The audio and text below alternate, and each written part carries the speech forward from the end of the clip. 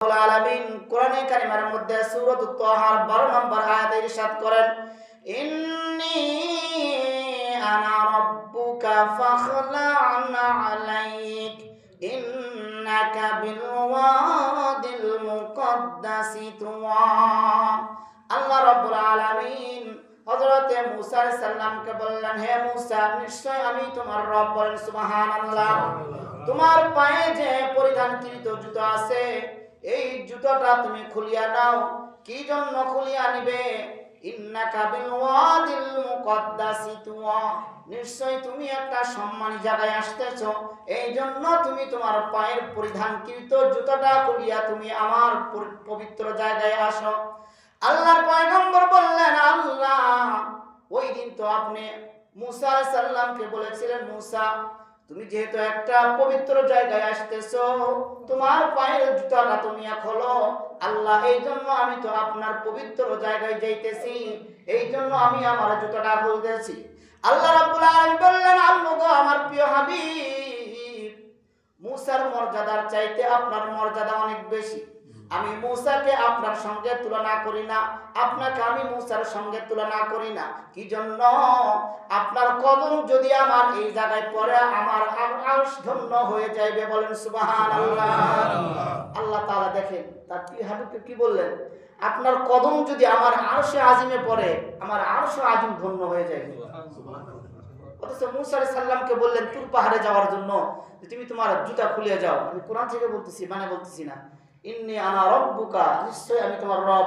ফাখলা'না alike, তুমি তোমার জুতা খুলে নাও। ইন্নাকা বিল ওয়াদিল মুকদ্দাসি তুওয়া, নিশ্চয় এটা একটা সম্মানিত জায়গা, পবিত্র জায়গা। এই জায়গায় তুমি যখন আসবে তোমার রবের সঙ্গে কথা বলার জন্য, দেখা করার জন্য, তুমি তোমার জুতাটা খুলে আসো। আল্লাহর রাসূল ওই জায়গায় আল্লাহকে বললেন, আল্লাহ, আপনি তো মূসাকে বলেছিলেন, কিন্তু আল্লাহ রাব্বুল আলামিন উত্তর দিলেন যে, ওগো আমার বন্ধু, মূসাকে আমি আপনার সাথে তুলনা করি না, আপনাকে মূসার সাথে তুলনা করি না। আপনার জুতার কদম যদি আমার আরশে আজিমে পড়ে, আমার আরশে আজিমটা ধন্য হয়ে যাবে। বলুন সুবহানাল্লাহ। আল্লাহ তাআলা কি পরিমাণ সম্মান আমাদের পয়গম্বরকে দিয়েছেন। এরপরে যখন আল্লাহর পয়গম্বর আল্লাহ রাব্বুল আলামিনের কাছে জুতা পরিধান করে চলে গেলেন, যাওয়ার পরে আল্লাহ রাব্বুল আলামিন বললেন, বন্ধু, আপনি তো বন্ধুর কাছে এসেছেন, বন্ধুর জন্য কি নিয়ে আসলেন? ওই দিন আল্লাহর পয়গম্বর আল্লাহ রাব্বুল আলামিনকে বললেন, আল্লাহ, আমি তো আপনার বন্ধু, আমি আপনার কাছে খালি হাতে আসবো, এটা কেমন করে হয়? আল্লাহ বলেন, বন্ধু, কি নিয়ে এসেছো আমার জন্য? আল্লাহ রাব্বুল আলামিনের পয়গম্বর ওই দিন আল্লাহ রাব্বুল আলামিনকে জবাব দিলেন, আত-তাহিয়াতু লিল্লাহি ওয়াস-সালাওয়াতু ওয়াত-তাইয়্যিবাত। বলেন আল্লাহু আকবার। আল্লাহু আকবার। আল্লাহর পয়গম্বর বললেন, আল্লাহ, যত পবিত্রতা আমি বর্ণনা করতে পারি এবং যত প্রশংসা আপনার আছে এবং আমার যত ইবাদত বন্দেগী আছে আমার জান এবং মাল দিয়ে সব কিছু আপনার জন্য আমি উৎসর্গ করলাম। বলেন সুবহানাল্লাহ। আল্লাহ রাব্বুল আলামিন বললেন, বন্ধু, আমি যেমন আশা করেছিলাম তার চাইতে উত্তম হাদিয়া আপনি আমার জন্য নিয়ে আসিয়েছেন। আল্লাহ রাব্বুল আলামিন আমাদের পয়গম্বরের উপরে ওই দিন খুশি হয়ে বলেছিলেন, ওগো বন্ধু, আপনি যে আমার জন্য এত সুন্দর হাদিয়া নিয়ে এসেছেন, আমি কি আপনাকে খালি হাতে ফিরিয়ে দেব? না, না, খালি হাতে ফিরিয়ে দিব না। ওই দিন আল্লাহ রাব্বুল আলামিন বললেন, বন্ধু, আসসালামু আলাইকা আইয়ুহান নাবিয়্যু ওয়া রাহমাতুল্লাহি ওয়া বারাকাতুহু। ওগো আমার বন্ধু, আমি আপনাকে সালাম দিলাম এবং আমার যত রহমত আছে, আমার যত বরকত আছে, সব কিছু আপনি গ্রহণ করেন। ওগো আমার বন্ধুরা, সম্মানিত মুসল্লিয়ান ইকরাম, আল্লাহর পয়গম্বর ওই দিন যদি আল্লাহর হাদিয়া একা একাই গ্রহণ করতেন, কারো কিছু বলার ছিল না, কেউ কিন্তু জানতো না, কেউ কিন্তু বুঝতে পারতো না। কিন্তু আমাদের নবী উম্মতের কথা ভাবিয়া আল্লাহকে বললেন, আল্লাহ, আপনার হাদিয়া আমি একা গ্রহণ করব না, আমি জমিনে আমার এতিম উম্মতদেরকে আমি রেখে এসেছি, আমি যদি আপনার হাদিয়া গ্রহণ করে আমার নেককার উম্মতদেরকে নিয়ে আমি আপনার হাদিয়া গ্রহণ করব। ওই জন্য আল্লাহর পয়গম্বর বললেন, আসসালামু আলাইনা ওয়া আলা ইবাদিল্লাহিস ওগো আল্লাহ, আমার সমস্ত নেককারদের উম্মতদেরকে লইয়া আমি আপনার হাদিয়া গ্রহণ করলাম। বলেন সুবহানাল্লাহ। যখন আল্লাহর পয়গম্বর সমস্ত নেককার উম্মতের পক্ষ হইতে আল্লাহর পক্ষ থেকে যে হাদিয়া দেওয়া হইল, এই হাদিয়া গ্রহণ করলেন, আল্লাহর দরবারে সব সময় 8 জন ফেরেশতা থাকতো। এই 8 জন ফেরেশতা তখন তারা চিৎকার দিয়া বলল, ওগো আল্লাহ, ওগো আপনার আল্লাহর নবী, আপনারা শুনিয়া থাকেন, আপনারা শুনিয়া নিন, এখানে আপনাদের মধ্যে যা কথা হয়েছে, যা কিছু লেনদেন হয়েছে, আমরা এই 8 জন ফেরেশতা সাক্ষ্য দিচ্ছি। আশহাদু আল্লা ইলাহা ইল্লাল্লাহু ওয়া আশহাদু আন্না মুহাম্মাদান আবদুহু ওয়া রাসূলুহু। ওই দিন 8 জন ফেরেশতা আল্লাহর দরবারে সাক্ষী দিলেন, আমরা সাক্ষ্য দিচ্ছি আপনি আল্লাহ ছাড়া দ্বিতীয় তার কোনো মাবুদ নাই, এবং মুহাম্মদ সাল্লাল্লাহু আলাইহি সাল্লাম আল্লাহ তাআলার প্রেরিত রাসূল এবং তার বান্দা। বলেন সুবহানাল্লাহ।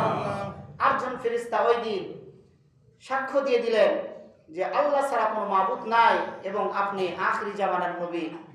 আল্লাহর পয়গম্বর হাদিয়া গ্রহণ করলেন, একা গ্রহণ করলেন না, এতিম উম্মতদেরকে নিয়ে আল্লাহ তাআলার হাদিয়া গ্রহণ করলেন। ওই দিনও আমাদের পয়গম্বর আমাদেরকে বলেন নাই, ওই দিনও আমাদের পয়গম্বর আমাদেরকে বলেন নাই, আল্লাহ তাআলা যে হাদিয়া আল্লাহর রাসূলকে দিয়েছিলেন, আল্লাহর রাসূল একা গ্রহণ করলেন না, সমস্ত নেককার উম্মতদেরকে সঙ্গে নিয়ে আল্লাহ তাআলার হাদিয়া গ্রহণ করেছেন।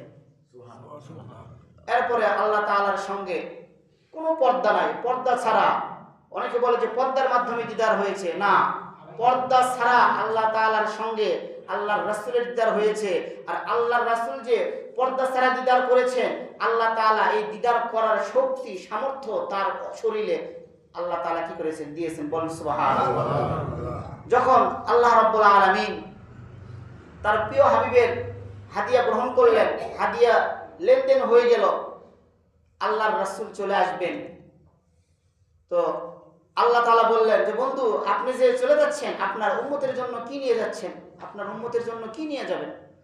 তখন আল্লাহ তাআলা বললেন, আমি আপনার উম্মতের জন্য 50 ওয়াক্ত নামাজ দিচ্ছি। আল্লাহর রাসূল খুশি হয়ে গেলেন যে আমার উম্মতকে আল্লাহ তাআলা 50 ওয়াক্ত নামাজ দিচ্ছে, যে নামাজ কোনো নবীর উম্মতকে দেওয়া হয়নি। বলেন সুবহানাল্লাহ। আল্লাহর রাসূল খুশি হয়ে চলে আসলেন। আসার পরে 5ম আসমানে না 6ষ্ঠ আসমানে হযরতে মুসা আলাইহিস সালামের সঙ্গে দেখা হয়। মুসা আলাইহিস সালাম বললেন, ইয়া রাসূলুল্লাহ, আপনাকে খুশি খুশি লাগতেছে, ঘটনা কি? তো আল্লাহর পয়গম্বর বললেন যে ভাই মুসা, আল্লাহ তাআলা আমার উম্মতের জন্য 50 ওয়াক্ত নামাজ ফরজ করে দিয়েছেন। তো হযরত মুসা সাল্লাম বললেন, আপনি খুশি হয়েন না, আমার উম্মত 3 ওয়াক্ত নামাজ পড়তে পারে নাই, আর আপনার উম্মত তো আরো হায়াত কম পাইবে, তারা 50 ওয়াক্ত নামাজ পড়তে পারবে না, আপনি চলে যান। আল্লাহর রাসূল তখন ভাবলেন কথা তো ঠিকই, চলে গেলেন। যাওয়ার পরে আল্লাহর দরবারে ফরিয়াদ করলেন, আল্লাহ তাআলা কবুল করলেন, 5 ওয়াক্ত নামাজ কমাই দিলেন, 45 করে দিলেন। এরকম করে 9 বার যাতায়াত হয়েছে। 9 বার যাতায়াত হওয়ার পর আল্লাহর রাসূলকে আবার বলা হইল, মুসা সাল্লাম বললেন আপনি আরো কমাই নেন। এবার আল্লাহর রাসূল বললেন, না, আমি আর যাইতাম না, কারণ যদি আমি আবার যাই, আল্লাহ তাআলা যদি এবারও কমাই দেয় 5, তাহলে তার কিছুই পাইলাম না। এখন আমার উম্মতের জন্য আমি 5 ওয়াক্ত নিয়ে যাইব, যে মানবে মানলো, যে মানবে না তার মার সে নিজেই খাবে, তার মার সে নিজেই খাবে, যে মানবে সে মানলো, আর যে মানবে না এর মার সে নিজেই ভক্ষণ করবে, আমার কিছু করার আছে, আমি কমাই নিয়ে আসছি। আল্লাহর রাসূল যখন হযরত মুসা সাল্লামকে এই কথা বললেন, আল্লাহ রাব্বুল আলামিন তখন আবার আমাদের পয়গম্বরকে বললেন যে ওগো নবীজি, আপনি চিন্তা করিয়েন না, আমার কথার মধ্যে কোনো কমন করা যাবে না, আমার কথার মধ্যে কোনো কমতি হবে না। আমি যে 50 ওয়াক্ত দিয়েছি 50 ওয়াক্তই নামাজ, বাকি আপনার কোন উম্মত যদি 5 ওয়াক্ত নামাজ কামা হক্কুহু আদায় করে, তাহলে আপনার উম্মতদেরকে 5 ওয়াক্ত নামাজ আদায় করার বিনিময়ে ওই 50 ওয়াক্ত নামাজের সওয়াব আমি আপনার উম্মতের আমলনামায় দিয়ে দেব। সুবহানাল্লাহ। নামাজ কিন্তু 50 ওয়াক্তই, কিন্তু আল্লাহ তাআলা আমার আপনার উপরে নবী আখিরি জামানার বরকতে কম করে দিয়েছে, অর্থাৎ মাফ করে দিয়েছেন যে 5 পড়লে 50 এর আপনারা কি পাবেন? সওয়াব পাবেন। আল্লাহ তাআলা আমাদের রাসূলের মাধ্যমে আমাদের জন্য কত সহজ করে দিয়েছেন। আল্লাহর রাসূল যখন ওখান থেকে চলে আসবেন, আসার পরে দেখে জান্নাত এবং এক পাশে জাহান্নাম। এক পাশে থেকে খুশবু আসতেছে, আর এক পাশে থেকে ধুমধাম ধুমধাম এরকম মারের আওয়াজ হইতেছে। তো আল্লাহ রাসূল জিবরাইল সাল্লামকে বললেন যে ভাই জিবরাইল, এটা মনে হয় জান্নাত। বললেন হ্যাঁ, এটা জান্নাত। তাহলে আমি কি একটু দূরে থেকে দেখতে পারবো? তো জিবরাইল সাল্লাম বললেন আপনাকে দূরে থেকে দেখতে হবে না, আল্লাহ তাআলা আপনাকে পুরো জান্নাত ঘুরিয়ে আসার অনুমতি দিয়েছেন। সুবহানাল্লাহ। আল্লাহর রাসূল জান্নাতে প্রবেশ করলেন।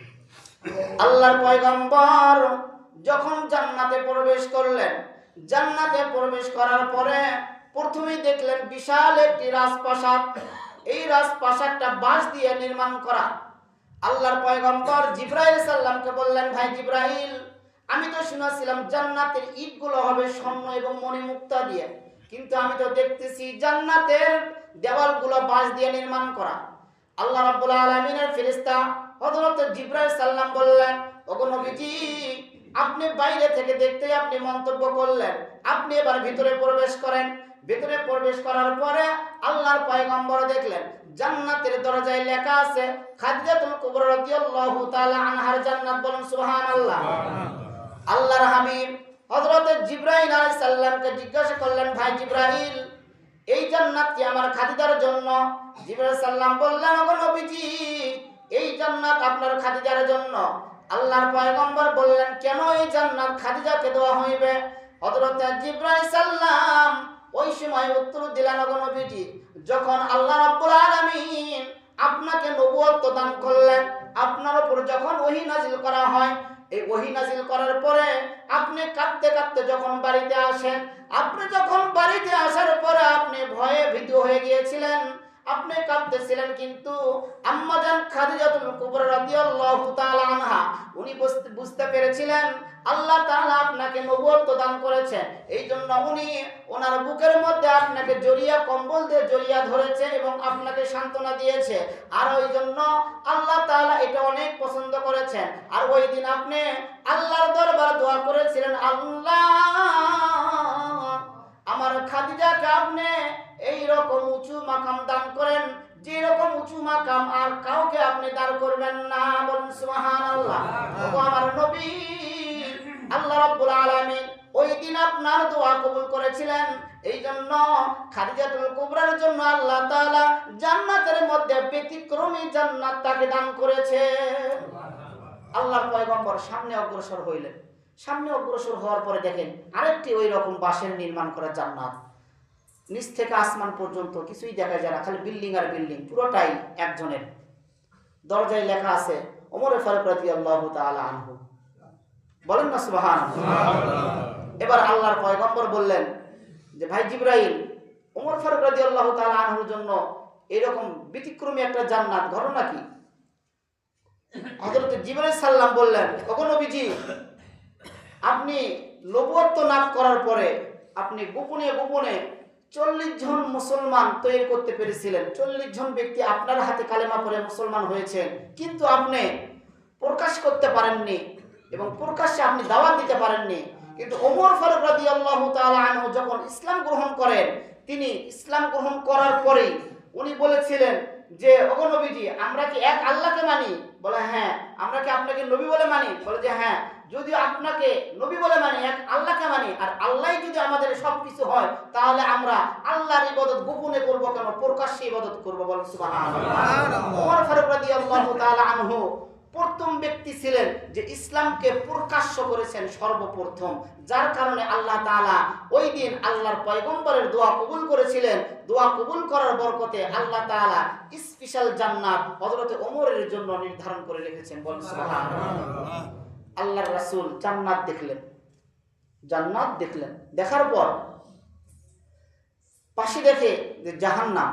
জিবরাইলকে বললেন ভাই জিবরাইল, এটা কি জাহান্নাম? বলে হ্যাঁ, এটাই ওয়াইল নামক জাহান্নাম, ওয়াইল। তো আল্লাহর রাসূল বললেন আমি কি ভিতরে ঢুকতে পারবো না? বলে যে হ্যাঁ, ভিতরে ঢুকতে পারবেন আপনি। আমি যদি ভিতরে ঢুকি জাহান্নামের আগুন কি আমাকে স্পর্শ করবে না? কয় না, আপনি যখন জাহান্নামে ঢুকবেন জাহান্নামের আগুনকে স্তব্ধ করে দেওয়া হইবে, আগুনের কোনো ক্ষমতা থাকবে না আপনাকে স্পর্শ করা। বলেন সুবহানাল্লাহ। দুনিয়াতে যেমন সালামুন আলা ইব্রাহিম, ইব্রাহিম আলাইহিস সালামের জন্য নমরুদের আগুন কি হয়ে গিয়েছিল? ফুলের বাগান, জাহান্নামের আগুন ওই দিন আল্লাহর পয়গম্বরের জন্য আরামদায়ক হয়ে যাইবে। আল্লাহর পয়গম্বর ওই দিন জাহান্নাম ভ্রমণ করবে এবং দেখবে। বলুন সুবহানাল্লাহ। আল্লাহর রাসূল সেই দিন জাহান্নামে গিয়ে বেশ কিছু ব্যক্তিদের শাস্তি দেখেন। তার মধ্যে 2 জন ব্যক্তির শাস্তির কথা বলবো, এরপরে আমি শেষ করব, যেহেতু 1টা বাজে গেছে। আর এটা যদি আমি না বলি মজা পাবেন না আপনারা। আর নামাজ এখন যেহেতু দিন বড় হইতেছে, তো যদি একটু দেরিও হয় কিছু মনে করবেন না, সমস্যা হবে না। নামাজ আমরা একটু 5 মিনিট দেরি করে পড়লেও কোনো সমস্যা হবে না, যেহেতু আমরা জহরের নামাজ 1টায় পড়তেছি। আল্লাহর পয়গম্বর প্রথমে এক ব্যক্তির শাস্তি দেখতেছেন, যে লোহার কেচি দিয়ে তার ঠোঁট এবং তার জিহ্বাটা কি করা হচ্ছে, কাটা হচ্ছে, এবং মুহূর্তের মধ্যে আবার সেটা কি হইতেছে, আগের মতো হয়ে যাইতেছে। তো আল্লাহর রাসূল বললেন, ভাই জিবরাইল এরা কারা? অথচ আল্লাহর রাসূল বলতেছেন যে তাদেরকে দেখে মনে হচ্ছে যে তারা জান্নাতে যাওয়ার উপযুক্ত, তারা জান্নাতেই ব্যক্তি, কিন্তু তাদেরকে জাহান্নামে এইরকম শাস্তি দেওয়া হচ্ছে কেন? তো একজন মুরব্বী ব্যাখ্যা করেন যে যারা শেরাটন হোটেলে রাত যাপন করেন, যারা সোনারগাঁয়ে রাত যাপন করেন, তারাই কিন্তু জেলখানার সবচাইতে নিম্ন জায়গায় কি করেন, তারাই সেখানে থাকেন, অবস্থান করেন। থাকে না ভাই? নিজের বউকে রাইখে, হালাল বউকে রাইখে শেরাটন হোটেলে যা আপনি রাত যাপন করতেছেন, এবং যে কোনো অপকর্মের কারণে ওই ব্যক্তিকেই কিন্তু সবচাইতে নিকৃষ্ট জেলখানায় রাখা হয়েছে না? এরকম অনেক নেতা খাতাকে এরকম রাখা হয়েছে। কোনো নেতা আবার মনে কষ্ট নিয়েন না, হয়তো আপনারা ভালো আছেন। তো আল্লাহ তাআলা ওই ব্যক্তি এইভাবে বর্ণনা করেছেন। তো ওই ব্যক্তি কারা? সকলেই বলে, তো হুজুরদের মধ্যে হইতে একদল আগে কোথায় যাবে? জাহান্নামে যাবে, কয় না? দেখবেন সচরাচর মানুষদের মধ্যে একটা কথা আছে যে হুজুরদের মধ্যে হইতে আগে কি একদল জাহান্নামে যাবে। এজন্য আমি আগে হুজুরদের কথাটাই আগে বলতেছি। এবার জিবরাইল সাল্লাম আল্লাহর রাসূলকে বর্ণনা করতেছেন, যে সমস্ত আলেম ওলামা, যে সমস্ত বক্তা, যে সমস্ত ইমাম খতিব ফরজের কথা বলবে নিজে ফরজ তরক করে, সুন্নতের কথা বলবে নিজে সুন্নত তরক করে, পর্দার কথা বলবে নিজে পর্দা তরক করে, জিনার কথা বলবে নিজে জিনার তরক করে, সুদের কথা বলবে নিজে সুদে নিন্দান করে, ঘুষের কথা বলবে নিজে ঘুষ দিয়ে চাকরি নেয়, ওই সমস্ত ব্যক্তিদের জন্য, ওই সমস্ত আলেমদের জন্য এই জাহান্নাম, এই শাস্তি হাজার হাজার কোটি কোটি বৎসর পর্যন্ত আল্লাহ তাআলা লোহার কেচি দিয়ে তাদের ঠোঁট এবং তাদের জিহ্বা আল্লাহ তাআলা কর্তন করতে থাকবে এবং তাদেরকে শাস্তি দিতে থাকবে। ওই ঠোঁটটা আবার কাটার পর আবার আগের মতো হয়ে যাইবে। কোটি কোটি বৎসর পর্যন্ত ওই সমস্ত চাপাদার ব্যক্তিদেরকে আল্লাহ তাআলা শাস্তি দিতেই থাকবে। বলেন না নাউজুবিল্লাহ। এখন হইতেছে না? সারা আওয়াজ করতেছে, ফজরের নামাজ নেই, নিজে ফরজের কথা বললো কিন্তু ফরজ নিজে থেকে ছুটে চলে গেল। নিজে বলতেছে সুদ খাওয়া হারাম, ঘুষ খাওয়া হারাম। যারা সুদ ঘুষ লেনদেন করেন তারা আবার মনে নিয়েন না, আল্লাহ তাআলা কোরআনের বলতেই বলেছেন, আমার কথা না, ওয়া হাল্লাল্লাহুল বাইআ ওয়া হারামার রিবা। আল্লাহ তাআলা ব্যবসাকে হালাল করেছে এবং সুদকে আল্লাহ তাআলা কি করেছেন? হারাম করেছেন। এখন আপনি যদি আপনার গায়ে নেন, আমার কিছু করার যায় আসে না। আল্লাহ রাসূল ওই সময় বলেছিলেন যে 5 ওয়াক্ত নামাজ নিয়ে আসলাম, যাই মানবে মানবে, যাই না মানবে ওর কোপ মই খাইবে। মানে বাংলা ভাষায় বললাম, ওর মার ও নিজেই খাইবে, আমার কি? নিজে সুদের ওয়াজ করতেছে, নিজে সুদের মধ্যে লিপ্ত হইতেছে, নিজে ঘুষের ওয়াজ করতেছে, ঘুষ দিয়ে চাকরির মধ্যে যাইতেছে, ঘুষ দিয়ে চাকরি নিচ্ছে। এরকম আছে না ভাই? অহরহ আছে এরকম, খোঁজ নিয়ে দেখবেন। আল্লাহ তাআলা আমাদের সকলকে হিদায়াত দান করুন। 2 নম্বর, একজন মহিলা এই জিহ্বার মধ্যে